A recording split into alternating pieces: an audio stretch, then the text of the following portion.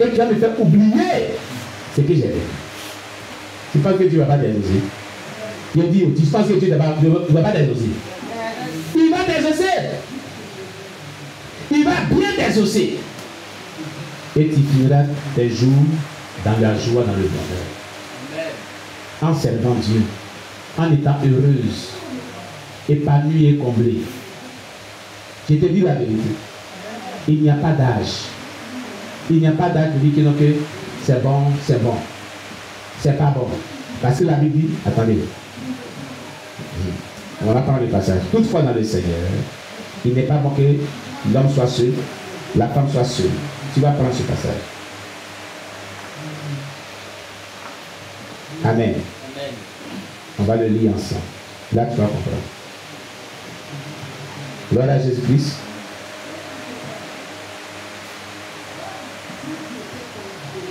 Gloire à Jésus. Amen.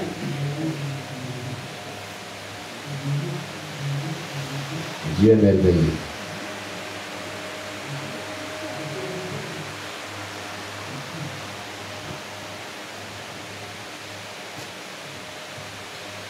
Et on a trouvé ce passage. D'accord, je le trouverai plus tard, entre le temps. Amen. Amen. Voilà.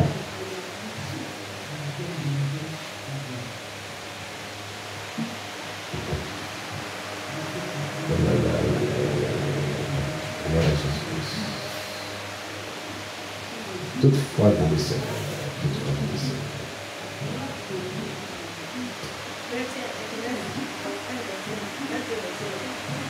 Genèse 2, 20 et du aussi, je vais sur le Nouveau Testament. Je vais sur le Nouveau Testament, il est encore plus pertinent. Amen. Voilà. Sinon, Genèse 2, 21 le dit aussi. Amen. D'une manière ou d'une autre. Alléluia. Voilà. Voilà. Il le dit que l'homme quittera ses parents, s'attachera à sa femme. Voilà. Donc, vraiment, c'est très important. Amen. Donc, dans le Seigneur, il n'est pas bon que la femme soit seule. Il n'est pas bon que l'homme soit seul.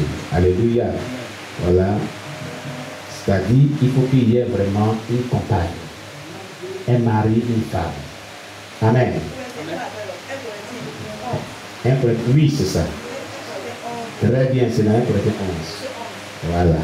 1 Corinthiens, merci, je me souviens bien maintenant. On prend 1 Corinthiens, chapitre 11, verset 11. C'est ça, non? Voilà. Voilà. 1 Corinthiens 11, 11 dit, voilà, c'est ça. Toutefois, dans le Seigneur, la femme n'est point sans l'homme, ni l'homme sans la femme. Exact. Exact. Tu vois là? Toutefois, dans le Seigneur, la femme n'est point sans l'homme. L'homme n'est point sans la femme. C'est-à-dire, dans le Seigneur, là, tu ne dois pas être sans mariage. Il n'y a pas célibataire. Dieu ne veut pas célibataire. Si tu dis que tu es chrétienne, là, tu dois tout faire pour te marier dans le Seigneur.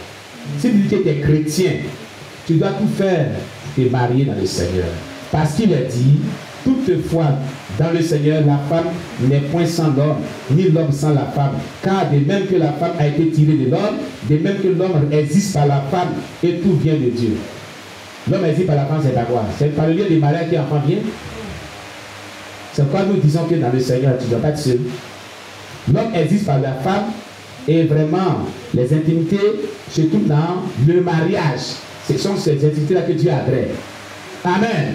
Tu comprends? Amen. Pour que tu aies des hommes, qui mettent les hommes au monde, des femmes au monde, il faut que ça soit dans le lien de mariage.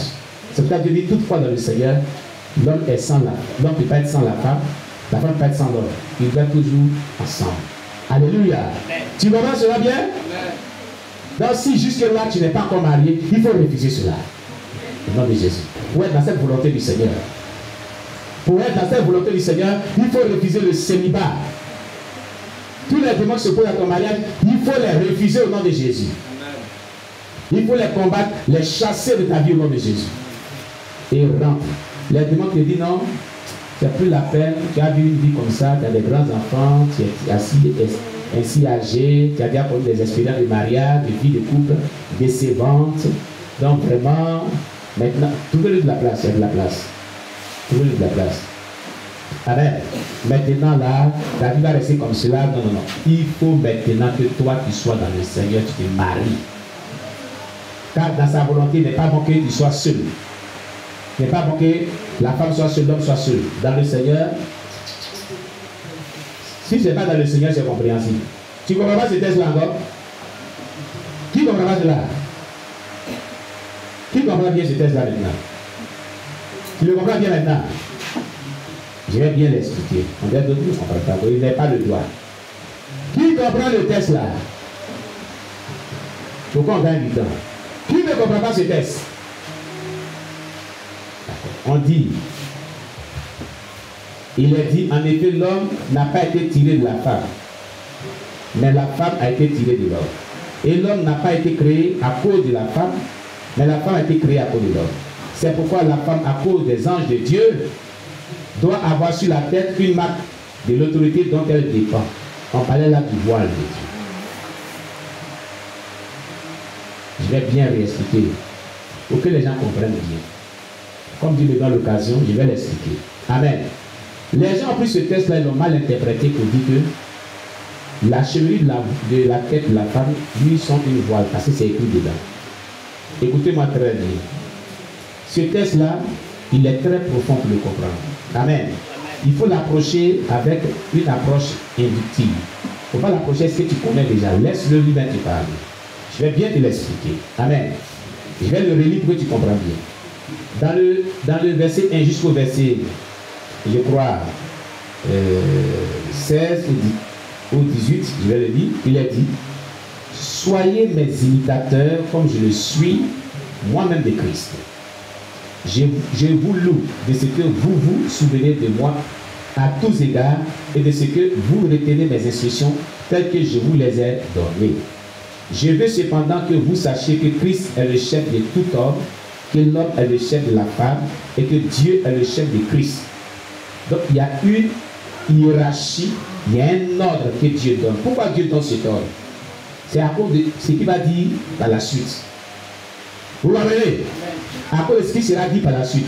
Il dit, Christ est le chef de tout homme. C'est-à-dire Jésus-Christ est notre chef. Amen. L'homme est le chef de la femme. Pas la femme comme chef. Retenez cela. Et que Dieu est le chef de Christ. Tout homme qui prie ou qui prophétise la tête couverte déshonore son chef qui est Christ. Quand tu rentres dans la maison, tu veux prier là. Et que tu es en train de prier, ou même tu es là présentement, tu es en train de prier. Si tu pries, il n'y a pas voile là. Tu es là déshonoré qui? Jésus-Christ. Déshonorer Jésus-Christ, c'est un péché. Comprends cela. Ce qui veut dire quoi? Tu dois avoir le voile sur ta tête pour prier. On est d'accord? C'est ce qu'il avait dit. On suit. Il dit encore, toute femme au contraire qui prie ou qui prophétise la tête non voilée, désignant son chef, c'est comme si elle était rasée. Ça veut dire que si toi aujourd'hui tu veux prier comme ça là, tu ne veux pas porter le voile là, il faut raser toute ta tête pour pas avoir les cheveux sur ta tête. C'est en accord avec ce qui veut dire. Si tu veux prier sans voile en tant que femme, rase toujours ta tête. Dieu te donne cette opportunité. Hein? Si tu crois pourtant que ça ne fait pas honte, tu peux avoir ça sans problème. Si en face avec sa parole. Amen. Amen. Mais si tu laisses cheveux la pousser, là tu pêches contre Dieu. Pour prier, il faut te voiler. Il faut te couvrir la tête. Amen. Amen. Il dit au verset 7. L'homme ne doit pas se couvrir la tête puisqu'il est l'image et la gloire de Dieu. Tandis que la femme est la gloire de l'homme. C'est en cela que nous disons que les musulmans qui couvrent leur tête, l'homme là, voilà ce qui va contre. Voilà ce quoi ils vont, qui n'est pas bon. Les hommes musulmans qui couvrent leur tête, tout, c'est pas bon. L'homme ne doit pas se voiler. Parce qu'il est l'image et la ressemblance de Dieu. Alléluia. Il est la gloire de Dieu. Tandis que la femme est la gloire de l'homme. Amen. En effet, l'homme n'a pas été tiré de la femme, mais la femme a été tirée de l'homme. Et l'homme n'a pas été créé à cause de la femme, Mais la femme a été créée à cause de l'homme. C'est pourquoi la femme, à cause des anges, les gens disent que le port du voile. Écoutez très bien. J'ai écouté certains hommes de Dieu qui sont sur les réseaux sociaux. Et Mohamed Sanogo, Bergerou Toussaint, Massou de Toulassi, comment ça s'appelle, Karambiri, Ivan Kastanou. Je les ai écoutés sur ce passage. Ils ont dit c'est une question des traditions juives. Le port du voile. C'est une question des traditions juives. Écoutez très bien. Quand il lit ce texte, à partir de ce niveau, au verset 10, quand on dit c'est pourquoi la femme, à cause des anges, il n'y a plus de tradition. On va dans le céleste. Ce n'est plus une question de tradition. Parce que moi, je suis un formateur, je suis un exégète. Les exégètes sont ceux qui donnent vraiment la compréhension, l'interprétation de la Bible. Il y a une règle d'interprétation qu'on dit interpréter selon la coutume, selon la tradition. C'est ça qui se base. Mais il y a des tests qu'on appelle les tests qui donnent les vérités de manière directe. Qu'on ne peut pas vraiment tordre ce sens. Ça, c'est les tests de vérité directe. Quand on dit à cause des anges, on quitte maintenant sur la terre. C'est une question céleste. C'est une question de salut. C'est une question qui émane directement de Dieu. Ce n'est plus une question de tradition. Il n'y a plus cette règle-là de ne plus être appliquée ici. Pour dire que interprétons selon les coutumes, les traditions, les juifs, selon ceux qui aimaient cela. Non! Non et non! On parle là maintenant du salut qui transcende nos croyances ethniques, traditionnelles, qui transcende et qui établit Dieu comme autorité sa parole. Vous m'apprenez? Quand Dieu dit à cause des anges de Dieu, il n'y a plus de règles d'interprétation, de coutumes et de traditions. C'est au-dessus maintenant. À cause des anges de Dieu doit avoir sur la tête une marque de l'autorité dont elle dépend. Et cette marque de l'autorité dont elle dépend, dont Dieu parlait, c'est le port du voile. Le port du voile. Pour différencier les anges et puis elle. Et à cause de l'homme qu'elle a marié. Est-ce à dire celles qui ne sont pas mariées doivent avoir le port? Non. Elle doit avoir ce port du voile quand elle doit prier. Parce qu'elle prie aussi. Il est dit en haut, toutefois qu'elle doit prier, elle doit porter le... Même si elle n'est pas mariée, elle doit porter le... Très bien. Verset 11 dit, toutefois dans le Seigneur, c'est là maintenant qu'il intervient toutefois dans le Seigneur, à cause de c'est la suite. Donc il fallait lire dès le début pour faire comprendre les gens. Toutefois dans le Seigneur, la femme n'est point sans l'homme, ni l'homme sans la femme. C'est par rapport au mariage. Parce que la suite nous l'a compris. Car de même que la femme a été tirée de l'homme, de même l'homme existe par la femme. Et tout vient de Dieu. Si l'homme existe par la femme, c'est pas quoi? C'est le mariage. C'est dans le mariage qu'il y a les activités que l'homme vient au monde. Amen. Amen. Donc dans le Seigneur, il ne doit pas avoir des femmes sans mariage. Il ne doit pas avoir l'homme sans mariage. C'est la volonté de Jésus. Si tu es content avec la Jésus. Si tu as compris à toi. Donc toi, tu dois te marier quel que soit l'âge. Amen.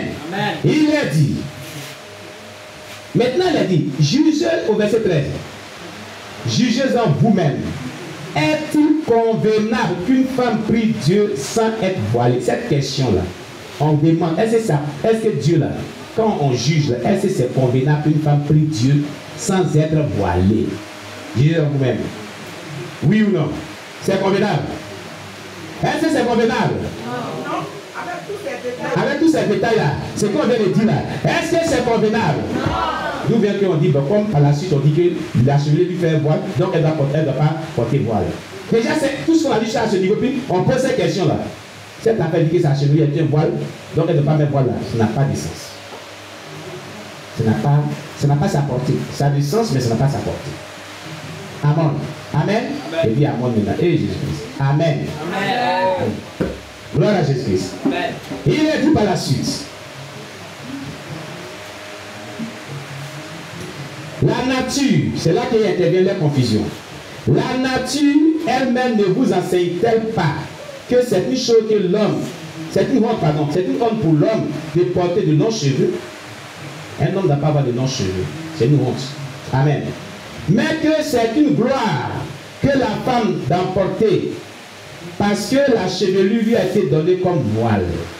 C'est dans ce sens-là que la chevelure lui a été donnée comme voile. C'est une gloire pour elle. C'est pour ça qu'elle ne doit pas lever ses cheveux à raser. C'est une honte aussi. Ce n'est pas qu'elle ne doit pas porter le voile pour prier. Parce que déjà cela est accepté en haut. Cela est impératif en haut. On nous pose la question, est-ce que c'est juste qu'elle ne porte pas le voile? Donc, cela existe, elle doit porter le voile pour prier. Si sa chevelure qui est longue, elle doit mettre le voile. C'est ce que cela veut dire. Il n'a pas bien compris ce test-là. Vous comprenez? Donc, si quelqu'un te dit non, on dit que la chevelure est un port de voile pour la femme, même pas voile avant de prier, la personne se trompe de l'interprétation exacte de ce test.